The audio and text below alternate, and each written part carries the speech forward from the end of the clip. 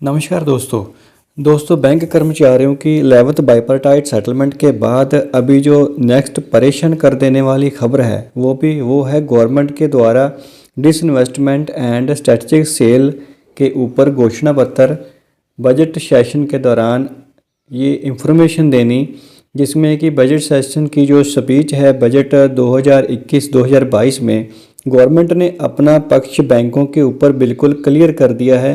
Point number 84-85 जो कि मैं आपको स्क्रीन के ऊपर दिखाऊंगा और इसके बाद बात करेंगे इसके ऊपर यूनियंस के द्वारा united forums of the bank unions and इसके बाद जो officer organisation of bank employees इन्होंने अपना क्या स्टेप्स लिया गवर्नमेंट के प्राइवेटाइजेशन के ऊपर स्टेप्स के बाद। तो चलिए दोस्तों, आज की वीडियो शुरू करते हैं। आपका स्वागत है आपके अपने YouTube channel this Singh broadcast में। दोस्तों, सबसे पहले तो मैं गवर्नमेंट के द्वारा अनाउंस किया गया बिल की वो कॉपी, आपको उस डॉक्यूमेंट्स की कॉपी उस पेज के ले चलता हूं, जिसमें पॉइंट नंबर 84 एंड 85 जो कि बैंक कर्मचारियों की नींद उड़ा देने वाला है, जिसमें गवर्नमेंट ने अपना पक्ष बिल्कुल क्लियर किया हुआ है। हालांकि गवर्नमेंट और सोशल मीडिया के ऊपर डिसइन्वेस्टमेंट वर्ड यूज़ किया जा रहा था, स्ट्रेटेजिक सेक्टर की जो सेल्स है उसको शो किया जा रहा था, लेकिन पॉइंट नंबर 84 में जैसे कि आप पढ़ रहे हो गवर्नमेंट ने लिखा हुआ है, इन स्पाइट ऑफ द कोविड-19 we have kept working towards strategic disinvestment a number of the transactions namely BPCL, Air India, shipping corporation of India, container corporation of India, IDBI bank, BEML and Pawn House, Natural Ispat Limited, among other would be completed in 2021-22. Other than IDBI Bank, we propose to take up the privatization of 2 public sector bank and 1 general insurance company. बिल्कुल clear cut word privatisation use किया है, 2 public sector bank and 1 general insurance company के regarding कि 2021 और 2022 का जो session है 2 साल रहेगा, इसमें हम इसको सेल आउट करेंगे। नेक्स्ट दोस्तों, इसी के साथ पॉइंट नंबर 84 जिसमें IPO लाने की बात कही गई है LIC ऑफ इंडिया की, जबकि LIC ऑफ इंडिया का भी स्टेक सेल करने की तैयारी चल रही है। बाद बैंक कर्मचारियों के यूनियंस का जो संघ बना हुआ है United forums of bank unions, जिसमें कि 9 यूनियंस पार्टिसिपेट करती हैं, वार्ड स्टाफ्स की और साथ ही ऑफिसर स्टाफ्स की। इनकी नींद खुली और इनको पता चला कि गवर्नमेंट तो अपने डिसीजन के ऊपर बिल्कुल क्लियर है। बजट सत्र में ही ये अनाउंस कर दिया कि गवर्नमेंट बैंकों को प्राइवेट करेंगे। दोस्तों, एक बात जो मुझे इस सत्र में समझ नहीं आई कि जो United forum of bank unions, इतनी बड़ी बड़ी बैंक ऑफ कर्मचारियों की यूनियंस हैं जो कि नेशनल लेवल पे काम कर रही हैं, IBA काम कर रही है बैंक के कर्मचारियों के रिगार्ड, और इनको बिल्कुल भी इस बात की बिल्कुल भनक नहीं थी कि बैंक को प्राइवेट किया जा रहा है। इस बजट में इंश्योरेंस कंपनियों को प्राइवेट किया जा रहा है इस बजट में। लेकिन दोस्तों, अगर थोड़ा सा हम प्रीवियस हिस्ट्री को देखें, जब IDBI बैंक का निजीकरण हुआ था, हालांकि गवर्नमेंट ने उसमें कहा था कि initial IDBI bank reserve bank of India की सब्सिडरी के तौर पे काम करती थी। इसके बाद RBI को इसको ट्रांसफ़र कर दिया गया गवर्नमेंट ऑफ इंडिया को 29 जून 2018 को। नेक्स्ट दोस्तों, इसके बाद जब अभी जो तत्काल पोजीशन IDBI बैंक की ये है कि 51% जो स्टेक है वो LIC के पास है, life insurance corporation of India के पास है, under the regulatory and development authority of India to increase stake in the IDBI bank up to 51%।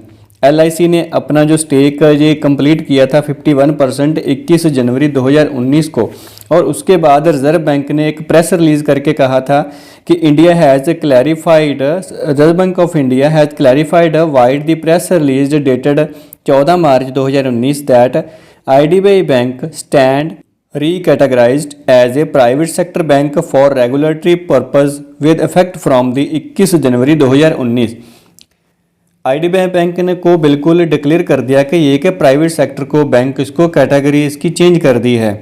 और उस टाइम भी बैंक की जो यूनियंस है इन्होंने यही माना हुआ था ये नहीं, ये तो अभी तक गवर्नमेंट बैंक है, अभी तक ये LIC के पास स्टेक्स है, किसी कॉरपोरेट हाउस या किसी प्राइवेट कंपनी ने इसको ओवरटेक नहीं किया।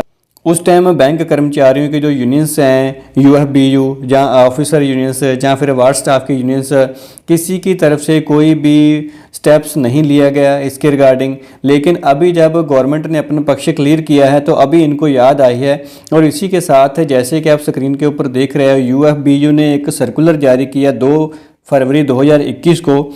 इसमें इन्होंने ये मेंशन किया है कि 10:30 सुबह 9 फरवरी 2021 को हम हैदराबाद में एक मीटिंग रखेंगे, एक लंच टाइम मीटिंग होगी, जिसमें ये 2 एजेंडा उनके हैं। Decision announced by the government in the budget on privatisation of the bank. 2 matters इन्होंने रखे हैं कि एक तो अब कोई भी अदर से डिस्कस कर सकते हैं मैटर, और एक जो मेजर इसमें इन्होंने डिसीजन लेना है वो है प्राइवेटाइजेशन की, जो गवर्नमेंट ने अनाउंस किया है अपने बजट सत्र के अनुसार।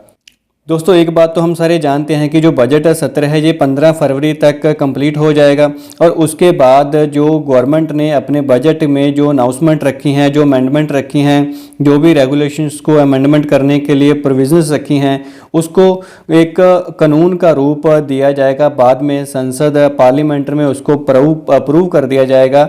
उसके बाद 15 तारीख को तो वो कंप्लीट हो जाएगा, और 9 तारीख को यूएफबीयू ने मीटिंग रखी है। मतलब कि जब यूएफबीयू को तत्काल प्रभाव से एक एमरजेंसी होल्डिंग करनी चाहिए मीटिंग, और सभी बैंकों को ये सूचना करना चाहिए, और अपनी एजिटेशंस प्रोग्राम, अपनी स्ट्राइक प्रोग्राम जो भी आगे बनेगा उसको तत्काल प्रभाव से लागू करना चाहिए। लेकिन अभी भी वो 9 फरवरी को मीटिंग रखेंगे और उसके बाद सोचेंगे भी क्या करना है, कैसे करना है, तो जो तो देखा जाएगा दोस्तों, बात है। इसी के साथ दोस्तों आपको मैं एक दूसरा लेटर इसी वीडियो में दिखा दूं, जो ऑफिसर ऑर्गेनाइजेशंस के द्वारा दिया गया है 3 फरवरी 2021 को। इसमें ही दोस्तों यही जो ओपोज किया है इन्होंने, no one is safe until every one is safe, इसी हेडिंग से इन्होंने ये लेटर लिखा है अपने सारे कॉमरेड्स को। और वही बात कोट की है दोबारा, जो 2 पब्लिक सेक्टर बैंक और एक जनरल इंश्योरेंस कंपनी को प्राइवेट किया जा रहा है। और साथ ही इन्होंने article 39 of the Indian constitutions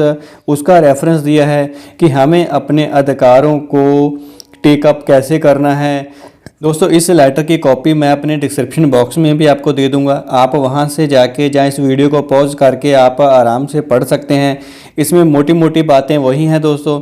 एक तो दोस्तों जैसे कि 3rd पॉइंट में इन्होंने लिखा है कि नेशनलाइज्ड बैंकों को एक नेशनलाइजेशन के अंडर इनको इस प्रोविज़न में शामिल किया गया था, और पब्लिक सेक्टर बैंकों ने देश की तरक्की में, देश की इकॉनमी में क्या क्या अपने भूमिका अदा की है। इसके बाद जो uniformly to the principle and welfare state in being abandoned by the union government under the new liberal slogans of the liberalisations, globalisations and privatisations, जिनको नाम दिया है LPG, and also the minimum government maximum governance.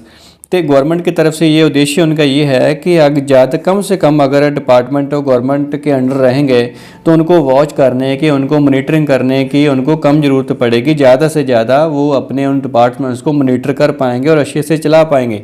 इसके साथ ही जो budget session में हमारे finance ministry द्वारा कहा गया है कि एक 1.75 lakh crore to be mobilised through the privatisation and disinvestment in the financial year 2021-2022। इसी बात को दोबारा इसमें कोट किया गया है, we want more efficient banks, जो कि हमारे फाइनेंस मिनिस्ट्री द्वारा इसमें कहा गया है कि हमें एफिशिएंट बैंक चाहिए। जो परफॉर्म नहीं कर रहे उनको प्राइवेटाइज कर दिया जाएगा, बेच दिया जाएगा, उसमें से स्टेक गवर्नमेंट अपना निकाल लेगी।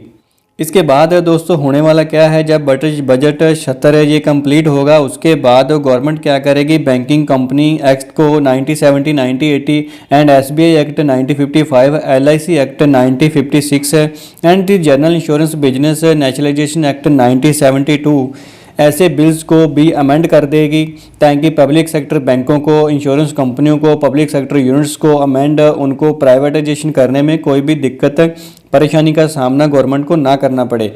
तो ये तो था दोस्तों ऑफिसर यूनियन के द्वारा दिया गया लेटर, यूएफबीयू के द्वारा दिया गया लेटर।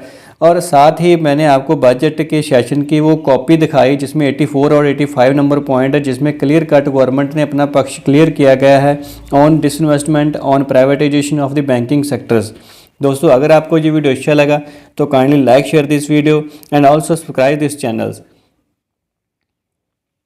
नेक्स्ट वीडियो में दोस्तों आपको मैं बताऊंगा वो कौन सी 2 बैंकें और कौन सी इंश्योरेंस कंपनी हैं जिसके ऊपर विचार चल रही है उनको प्राइवेटाइजेशन करने की। तो kindly continue with this Singh broadcast. Thank you.